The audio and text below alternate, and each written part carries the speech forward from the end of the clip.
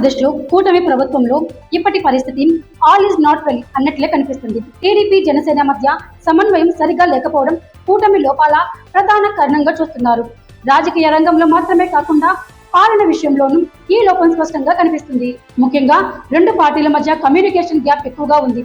ఇగోళ్లు, ఓ party ఎక్కువ బలహీనపడిన భావనలు, ప్రతి పార్టీలోని నేతల వ్యక్తిగత అభిరుచులు ఇలా ఏర్పడే పరిస్థితులను మరింత సంక్లిష్టతకి తీసుకెళ్తున్నాయి. హోంశాఖ విషయంలో పవన్ కళ్యాణ్ జోక్యం చేసుకుంటున్నారని, డిఎస్పీ స్థాయి అధికారుల విషయంలోనూ ఆయన నేరుగా ఎస్పీ లేదా సీఎంతో సంబంధం ఏర్పరిచే ప్రయత్నాలు చేస్తున్నారని ఆరోపణలు వినిపిస్తున్నాయి. అయితే ఈ ప్రక్రియలు బయటకు రావడం, మీడియా లేదా పబ్లిక్ ఫోరంలో ప్రచారం కావడం వల్ల సంబంధిత మంత్రిని అవమానించారని విమర్శలు ఉన్నాయి. ప్రభుత్వాల్లో అంతర్గత సమన్వయం ముఖ్యం.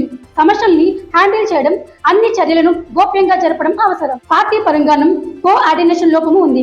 కూటమి అంటే ఒక పార్టీ బలహీనపడితే ఇతర పార్టీ బలపడుతుందన్న సూత్రం కాదు. రెండు పార్టీలు సమన్వయంగా బలంగా ఉంటేనే కూటమి బలంగా ఉంటుంది. కానీ అధికారం కోసం, పనుల కోసం కార్యకర్తల పేర్లపై బ్లాక్ మెయిల్ జరుగుతున్న పార్టీలు వీటిని అనంతరం చెక్ చేయడం అవసరం. పై స్థాయి సంబంధాలు మాత్రమే సరిపోదు. కింద తరహా వరకు బలమైన కోఆర్డినేషన్ ఉండాలి.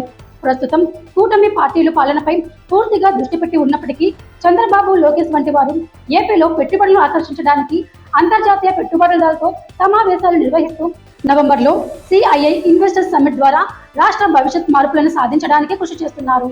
అయితే పాలనలో సక్సెస్ సాధించిన తర్వాత కూటమి పార్టీల మధ్య రాజకీయ పాలన సమన్వయాన్ని పునఃస్థాపన చేయడం అత్యంత అవసరం. లేకపోతే ఈ లోపాలు కూటమి స్ఫూర్తిని, బలాన్ని దెబ్బతీయవచ్చని విశ్లేషకులు చెబుతున్నారు.